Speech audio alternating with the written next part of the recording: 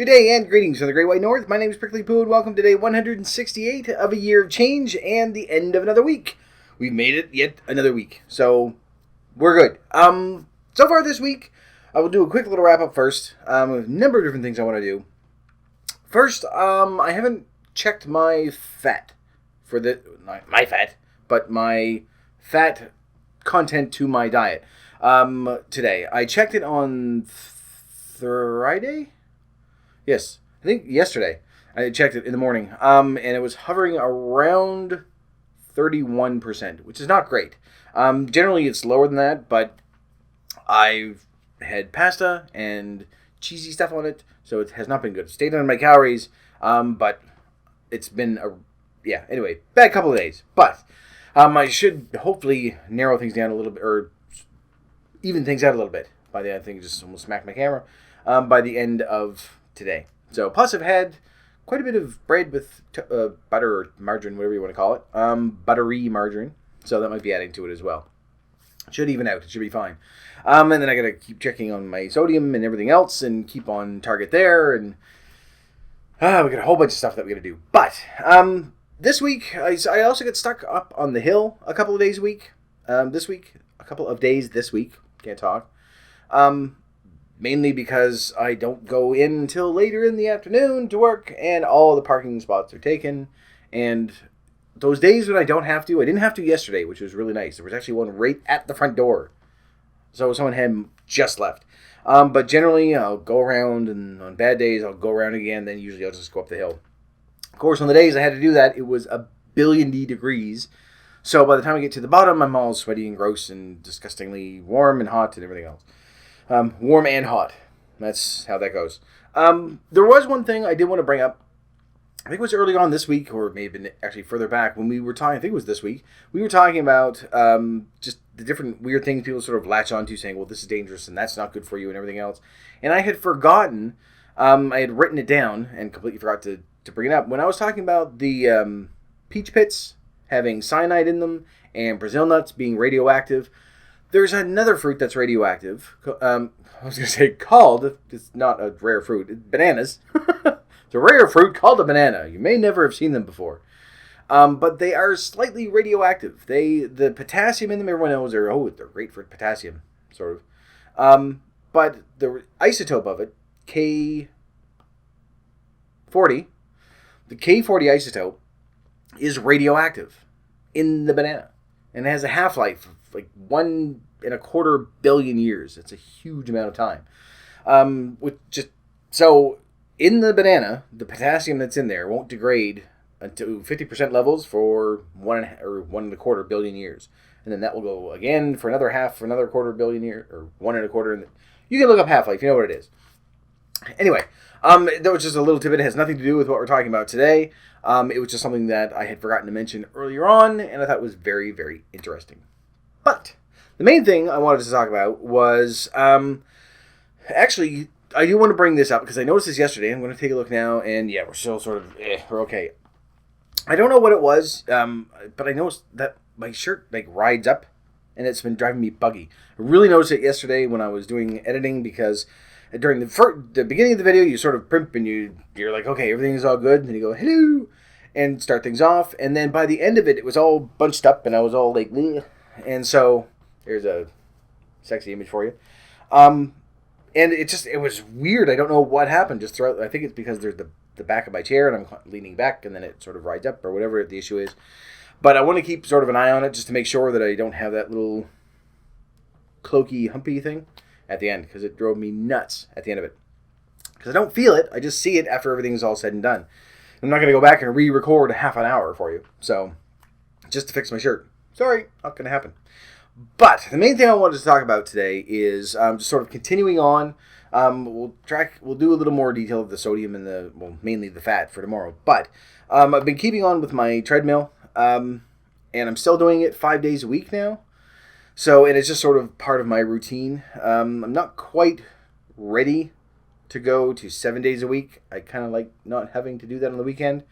But I do like the fact that I'm doing it every single day now. And it's still much easier because it's still on flat ground. But this week I've been doing every 18 minutes. And then I do 1 minute of jogging. And then starting tomorrow, on that week, it will be every 17 minutes and keep going from there. However, because I've been doing this and I've sort of upped it that way, get ready for it. It's going to be all super sexy fancy time. I have my first sporting injury. Maha. So there. It's pretty bad. It's serious. So we're going to make things a little serious now.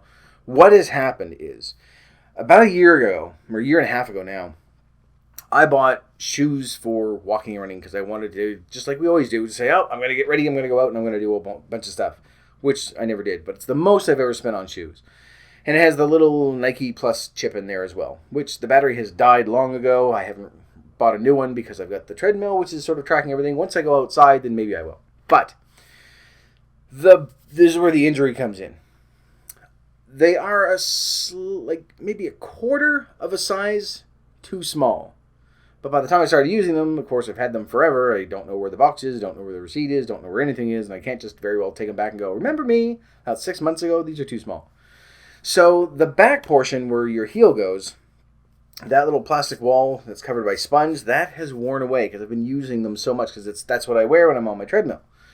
I've exercised so much, I've worn through sort of a pair of shoes. The treads are fine, it's just that little back part. So that little plastic piece is rubbing up against the back of my ankle, or back of my heel, which has resulted, get ready for it, in a blister.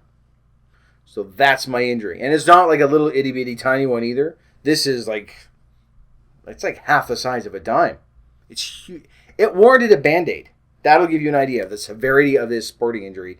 That it's not just the little tiny Band-Aids either, but like a full size Band-Aid. Like the whole thing had to go on it. So, yeah. How many of you can say that? Not too many, I think, at this stage. So I feel good because that means I'm making progress. But normally, you'd have to go in for months of physiotherapy and a whole bunch of other stuff and get prescriptions for painkillers, but I'm going to tough my way through it and just forge on through and keep going, make you proud. So that's it. Anyway, one thing I wanted to talk about, aside from the medical aspect of my sporting injury there, is one thing that we haven't done in a very long time, or I haven't done, is tell a story. Every week I go, oh, I forgot to tell a story. And then I keep recording and I intend to, and then I don't. And then I look at my notes and go, I didn't tell a story once again. Especially the really, really bad one, which I won't tell today. But it's one of those things that I've been talking about for 6 months. Oh, it's not a bad story. It's just that there's a very bad word in the midst of the story. And it's one of those I think, okay, I'll tell it this time. And then things sort of fall aside, or then I say, I don't think I'm actually going to do that one. And now it's sort of become blown out of proportion and everything else. And, I get hundreds of thousands of letters saying, when are you telling the story? Which I will, don't worry. But it's not the one I'm going to tell today. But I do want to sort of get back into that because it's one thing that aside from talking about different topics here and there and what's been going on and everything else, I haven't told an actual story in a very long time. I did the icing one, of course. The ice skating. I'm pretty sure I did the bus one.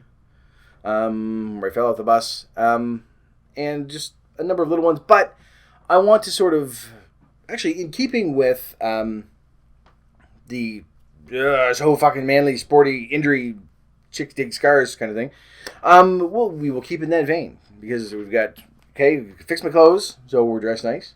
I have a sporting injury, severe injury. So, that's all manly and sexy and stuff. So we're going to keep in that, and this is actually a story that didn't actually happen to me, but it did, and I'll explain. This sort of sheds a little more light on self-image as well. This is a little odd, so brace yourself for this. This is fairly recent, actually, within the last year or two. I was asleep, which I do almost every single day. But I don't know if any of you know what lucid dreaming is. And this is something that it's not one of those things that you can just go, oh, and now I can control this and do this and do this. It's that point in a dream, and everyone's had it at some point, when during the dream you realize that it's a dream. It's happened to me a couple of times. It's not anything that I don't think that you can really train yourself to do without the aid of whatever. Anyway, I was just having a normal dream, which turned into a fancy dream, a sexy dream. Um, and it wasn't anything crude, so don't worry. There's not going to be like visual images to help out or anything. But it was at some point during this dream that before anything fancy and sexy happened, that I realized it was a dream. And so, of course, the first thing you do is you think, I can do whatever I want. So, this will give you an idea of how even my subconscious thinks about me. So, instead of me just going, oh, I'm going to start flying and hitting things with a lightsaber and like swinging around on different things and then have sexy time when I'm done. So in the dream, I'm talking, and I don't know if it was a celebrity or if it was just, an attractive woman, whatever it was, whoever it was in the dream. I'm talking away, and I'm thinking this is going to be great because they're a dream. I can control everything at this stage. And during the course of the conversation, which obviously I can't remember in its entirety, I was turned down. So my own subconscious went, no, we're not having any of that shit. But of course, at the time, I'm still conscious. I understand it's a dream. And I remember it stopped me. And I went, can you do that? And I said, do you understand? And I remember trying to argue. Not really argue, but debate the topic. And say to this figment, I'm controlling everything. I can make stuff happen now. I'm consciously aware of this, and they just, no, it's not going to happen. And so you understand. This is the part of the conversation I do remember because I remember telling someone the day that it happened or the day I woke up because it was so odd, and I've told it many times afterwards. And I said to them, you understand? If I wake up, you cease to exist.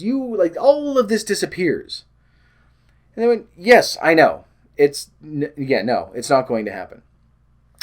So, to give you an idea, I mean, we all have those moments when we think, oh, I just look gross and I don't want to go outside and everything else. When your own subconscious looks at you and goes, I would rather wink out of existence than have sex with you.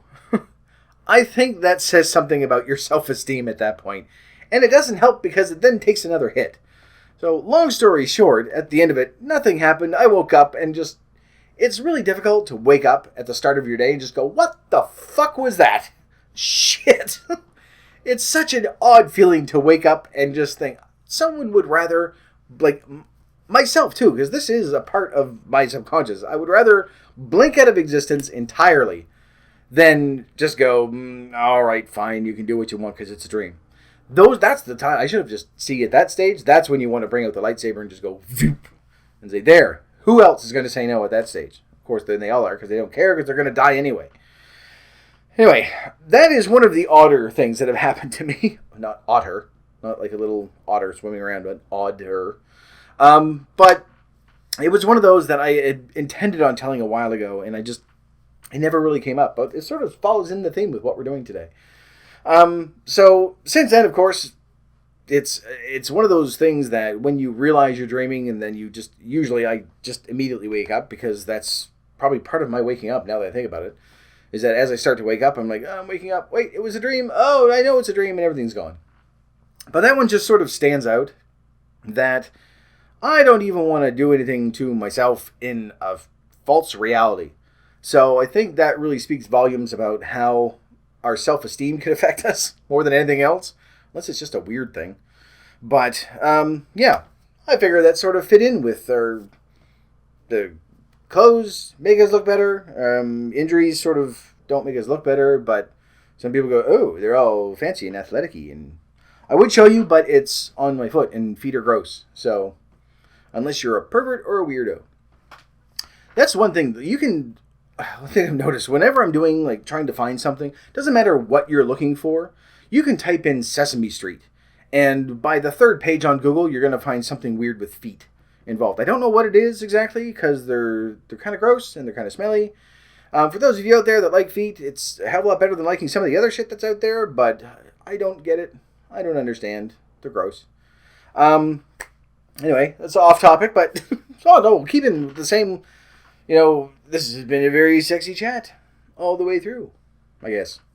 Clothes and athletics and Dreams and feet. There you go. Enjoy your feet thing. Anyway, yes. Going back to the story thing. That's. I'd like to start doing that more and more, just because I figure, especially where we've been adding other YouTubers and stuff, and they're sharing things, and I haven't really done that in a very long time. Quite the way to dive right back into it. But I do have a number of different stories that I do want to share from time to time. I think it's only fair because you're watching these and you deserve a laugh once in a while, I hope. The majority of these stories are fairly funny because I can sort of look back on them. The Dairy Queen thing. Oh, shit. Yeah, it's Dairy Queen. Fuck it. Dairy Queen thing. When the person asked if I wanted a spoon that I told a few weeks ago, it was originally intended to be the start of continuing on with these stories. But I just keep forgetting. So I'm going to write a bunch down, and then I'll put them in so I know each week I have to tell one. So I'm not going to keep this one going for a very, very long time, though. They're very short. That one really sort of stands out, though. Says more about me than I probably would like, and probably more than you wanted to know. Nothing weird was going on in the dream, either. It wasn't like, ooh, feet and lightsabers. It was just... I can't even remember the setting. For some reason, I'm thinking of Inception, because I'm thinking it was at a bar. Except now I'm just picturing, that scene where the two of them are at the bar and he's going, no, you're actually in a dream, and notice how weird it is and everything else. Good movie. But yeah, anyway, that sticks in my head as one of the, not exactly a low point, but just one of those things that's really eye-opening, that part of my brain knows that things are so bad that I'd rather die.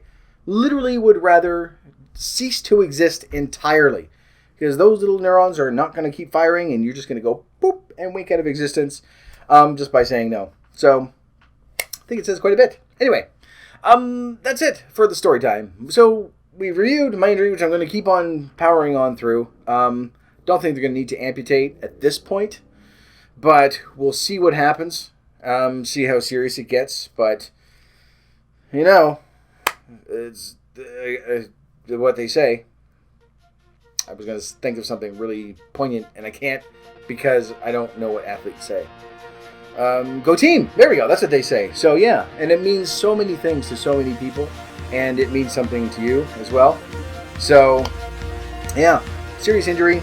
You've got to go through it. If you have your own major injury, like I have with mine, power through it. We'll get through it together. You should be good. But for right now, that's it for this video. So thank you very much for watching. If you liked it, please poke the like button for me. And in the meantime, keep yourself warm and fuzzy, and I will see you in the next video. Bye-bye.